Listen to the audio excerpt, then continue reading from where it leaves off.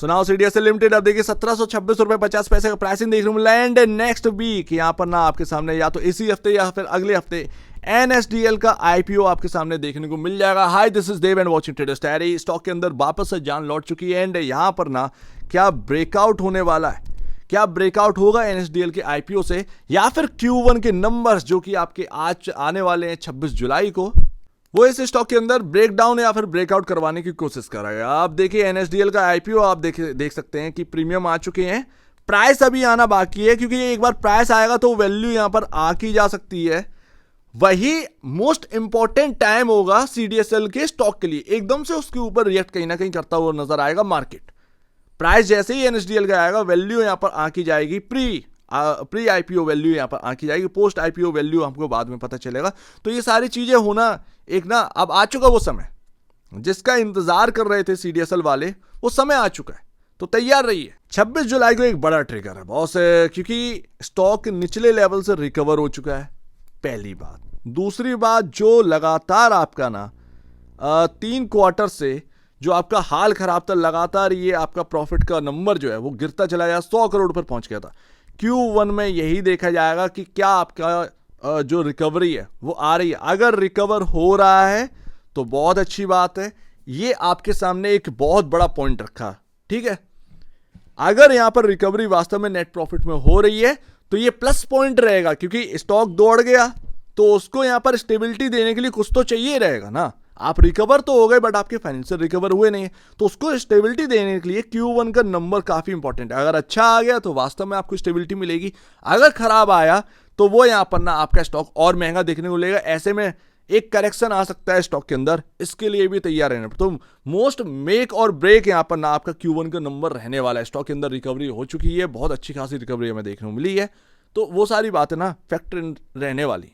बाकी एनएसडीएल का जो आईपीओ है, अगर उसका वैल्यू और आपका वैल्यू आराम से आसपास मिल जाए, मतलब प्री आईपीओ जो वैल्यू है वो ये एनएसडीएल अगर 25,000 करोड़ से थोड़ा 30,000 करोड़ के अराउंड अगर आ जाती है, तो ये मान के चलिएगा कि सीडीएसएल वालों के जो शेयर होल्डर हैं उनकी 5 उंगलियां घी के अंदर 36,000 करोड़ के आसपास का मार्केट कैप जो है सीडीएसएल का देखने को मिल रहा है।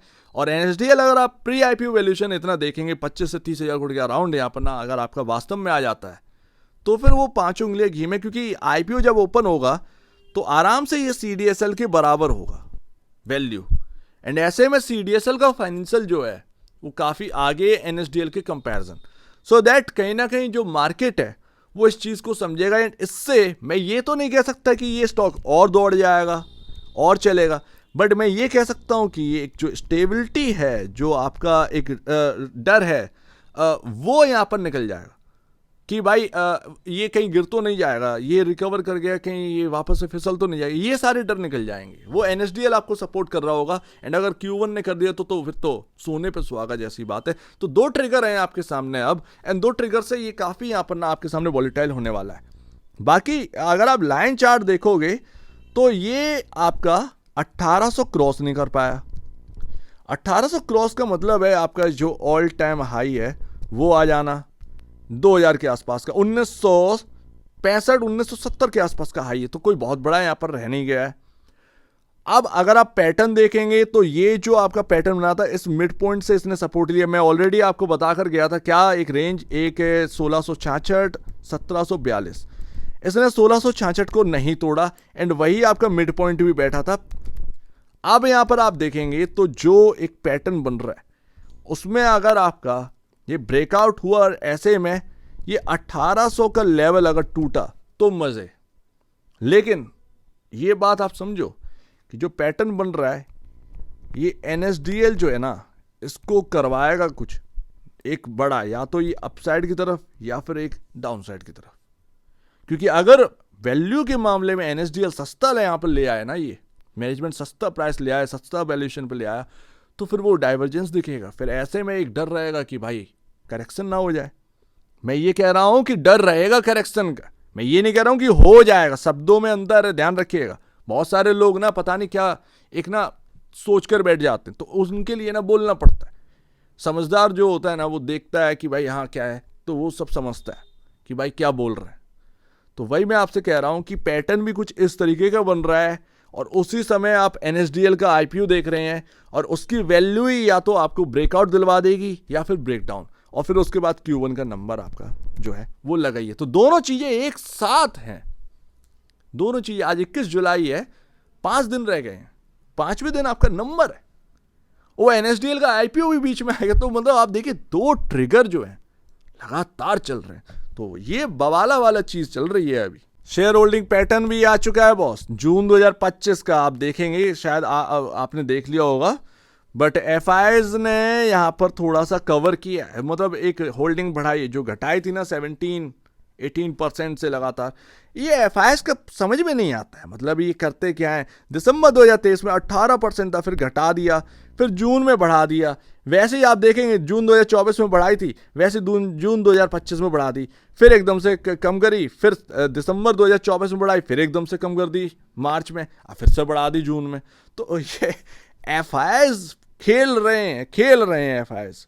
बाकी DIS जो आपका म्यूचुअल फंड वाले हैं लगातार होल्डिंग घटा रहे हैं। जून 2024 में 24.92% था, घटा कर 14.24% लोएस्ट पर आ चुके हैं, लोएस्ट पर। सबसे ज्यादा माल जो खरीदा है वो रिटेल ने खरीदा, बट रिटेल के हाथ से भी थोड़ा सा फिसला है। रिटेल अब पहुंच चुका है 57.87% पर, तो ये आप समझिए, और कभी 48.74% था।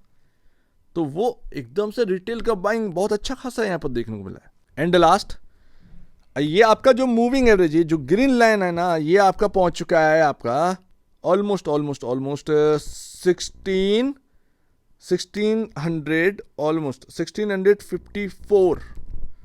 1654 पे। तो ध्यान रखिएगा इस बात को कि 1650, 1640 ये काफी इंपॉर्टेंट लेवल रहेंगे। 1654 पर है ही, 1650, 1640 ये काफी इंपॉर्टेंट लेवल रहेंगे इंटरडे में।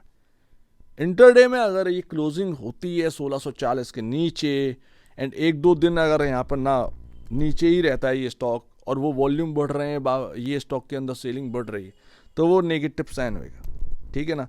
लेकिन जब तक 1654, 1650, 1640 इनके ऊपर हैं, तो वो मूविंग एवरेज का सपोर्ट आपको मिल रहा है। बाकी इंपॉर्टेंट लेवल बॉस ये है यही, 1660 भी आपका एक तरीके से देखा जाए, सही मायने में अगर देखा जाए तो लगातार एक इंपॉर्टेंट लेवल लगे हुए हैं। एक 1660 आपका इंपॉर्टेंट है, 1654 आपका इंपॉर्टेंट है, एंड राउंड फिगर में क्योंकि सेलिंग आती है या गिरता है स्टॉक, तो 10-5 रुपए इधर उधर हो जाता है इंटरडे में। इंटरडे में क्लोजिंग इंपॉर्टेंट रहती है, ठीक है, कि उस जो इंपॉर्टेंट लेवल है उसके ऊपर क्लोजिंग हो रही है नहीं हो रही है, या उसके नीचे क्लोजिंग हो रही है नहीं हो रही है। इंटरडे में नीचे चलेगा, इसका मतलब ये थोड़ी है कि फिसल गए, अब गया, खत्म, ऐसा कुछ भी नहीं है। तो वो क्लोजिंग इंपॉर्टेंट रहती है। इंटरडे में आपने देखा होगा इंपॉर्टेंट लेवल के नीचे स्टॉक जाता है, एकदम से रिकवर करके क्लोजिंग दे जाता है ऊपर की तरफ। तो वही मैं आपको बता रहा हूँ, तो ये आपके सामने है। बाकी ब्रेकआउट बॉस तभी आएगा जब ये 1800 के ऊपर जो है ये स्टॉक टिक जाए, यही ब्रेकआउट ला सकता है। तो इस पर नजर रखिए। NSDL का IPO, Q1 के नंबर्स, लगातार इसी हफ्ते में सारी चीजें बनी हुई है, सारी चीजें आपके सामने। सो उम्मीद है काफी कुछ आपको समझ में आया होगा। पोजीशनिंग बनने लगी होगी CDSL के अंदर, हम लोग तो बात करें, पोजीशनिंग बनने लगी होगी Q1 के नंबर्स और CDSL जो NSDL का IPO है, उस तरीके से पोजीशनिंग यहाँ पर ना F&O में बनने लगा होगा। हम लोग बात कर रहे हैं बट वो बनने लगा होगा। तो ये बात है, लेट्स सी, देखते हैं क्या रहता है। ये 2 ट्रिगर हैं आपके सामने, किस तरीके से बैठता है। एंड अगर ये सब कुछ सही बैठा तो ये 1800 क्रॉस करेगा, तो यानी कि वो ऑल टाइम हाई कोई दूर की बात नहीं। तो जो लोग इंतजार कर रहे हैं ना कि ऑल टाइम हाई कब आएगा, वो कब आ जाएगा वो खुद भी नहीं पता चलेगा। दोनों ट्रिगर अगर एकदम सही तरीके से फिट बैठ गए तो इस पर नजर रखनी है। सो उम्मीद है काफी कुछ आपको समझ में आया होगा।